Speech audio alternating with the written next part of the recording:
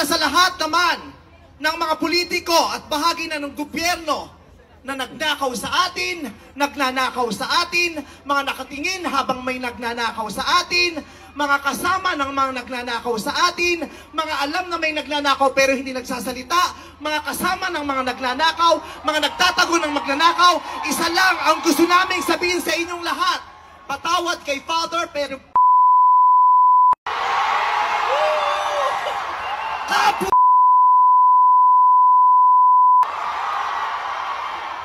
katatapos lang ng misa, pero Panginoon, patawarin niyo kami, pero totoo yan. Ito ang wika ng lahat ng mga Pilipinong ninakawan.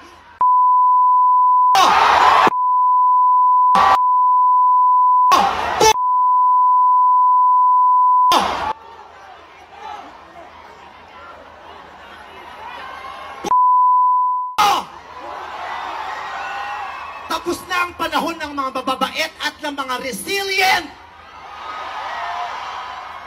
Ang mga mababait, ang mga resilient,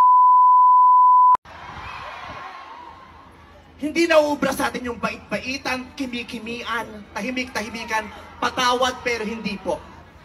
Hindi ko sisimplihan, hindi ko babaitan ang mensahe ko ngayon dahil hindi naman sila mababait.